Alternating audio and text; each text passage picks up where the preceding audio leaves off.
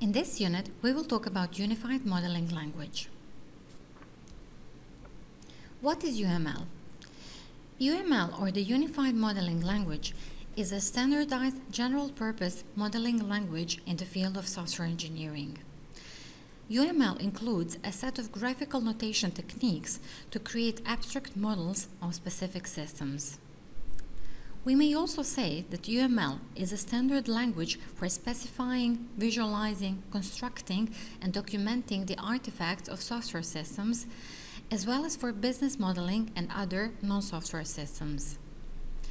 The UML represents a collection of best engineering practices that have proven successful in the modeling of large and complex systems. The UML is a very important part of developing object-oriented software and the software development process. Here are some of the benefits of using UML. Using the UML helps project team members to communicate, explore potential designs, and validate the architectural design of the software. As the strategic value of software increases for many companies, the industry looks for techniques to automate the production of software and to improve quality and reduce cost and time to market. These techniques include component technology, visual programming, patterns, and frameworks. Businesses also seek techniques to manage the complexity of systems as they increase in scope and scale.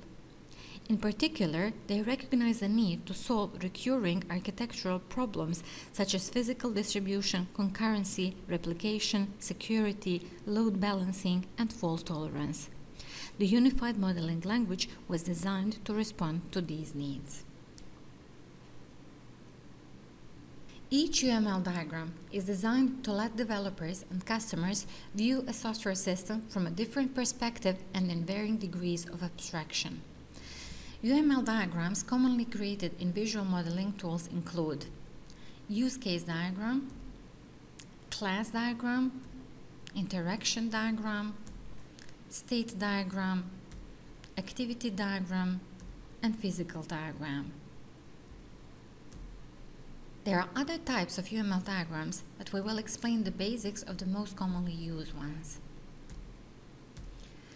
Use case diagram displays the relationship among actors and use cases. A use case is a set of scenarios describing an interaction between a user and a system. The two main components of a use case diagram are use cases and actors. An actor represents a user or another system that will interact with the system you are modeling. A use case is an external view of the system that represents some action the user might perform in order to complete a task. Use cases are used in almost every project. They are helpful in exposing requirements and planning the project. During the initial stage of a project, most use cases should be defined, but as the project continues, more might become visible. Class diagrams models class structure and contents using design elements such as classes, packages, and objects.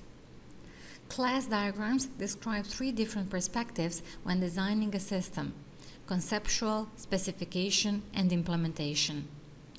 These perspectives become evident as the diagram is created and help solidify the design.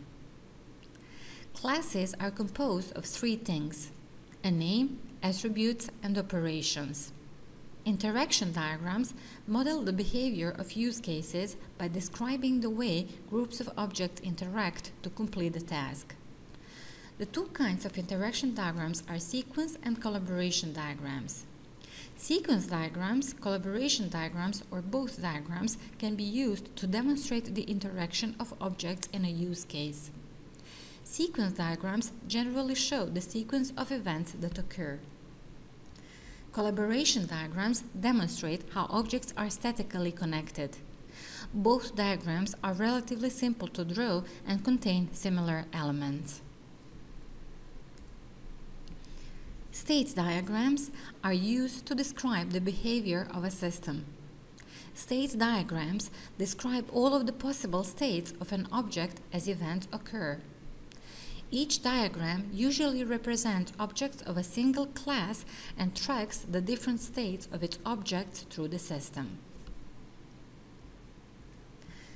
Activity diagrams describe the workflow behavior of a system.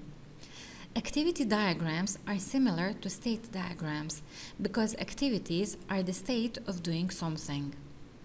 The diagrams describe the state of activities by showing the sequence of activities performed.